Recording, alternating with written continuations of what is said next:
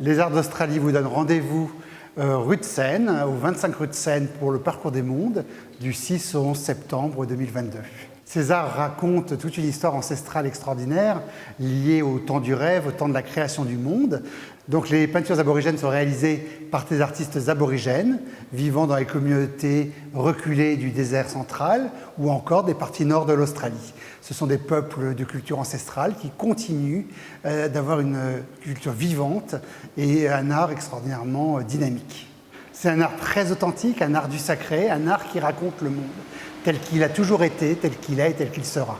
Dans l'exposition du Parcours des Mondes, vous allez trouver des artistes de très grand renom, notamment Ngura Napurula, une artiste qui a été retenue notamment par Jean Nouvel pour réaliser l'un des plafonds du musée du Quai Branly. Vous y retrouverez également des écorces extraordinaires comme cette œuvre d'un serpent arc-en-ciel sortant justement de son trou d'eau. On voit dans la partie supérieure des nénuphars.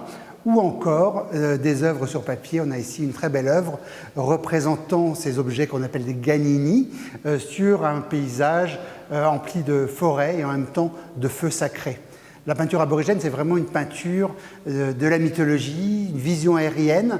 On est en train de survoler le paysage pour découvrir des environnements multiples, variés, où se sont déroulés pendant des décennies des épisodes mythiques que les artistes continuent de raconter, puisqu'en racontant leur territoire, ils racontent qui ils sont. C'est une véritable peinture ADN. Sur ces œuvres, que ce soit des œuvres de petit format, où on raconte à la fois les semences, les graines qui poussent et qui se développent, ou encore ces œuvres à l'effet hypnotique, très étonnantes, comme par exemple dans cette toile-ci, où vous avez vraiment une représentation surprenante du paysage.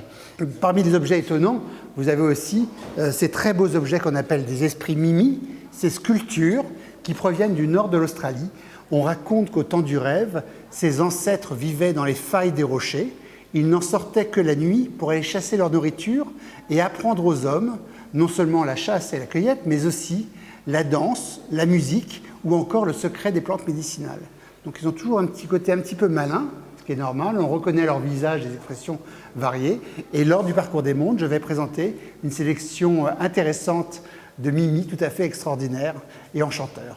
C'est pour collectionneurs mystiques et pour amateurs éclairés et gens qui ont envie de se faire plaisir.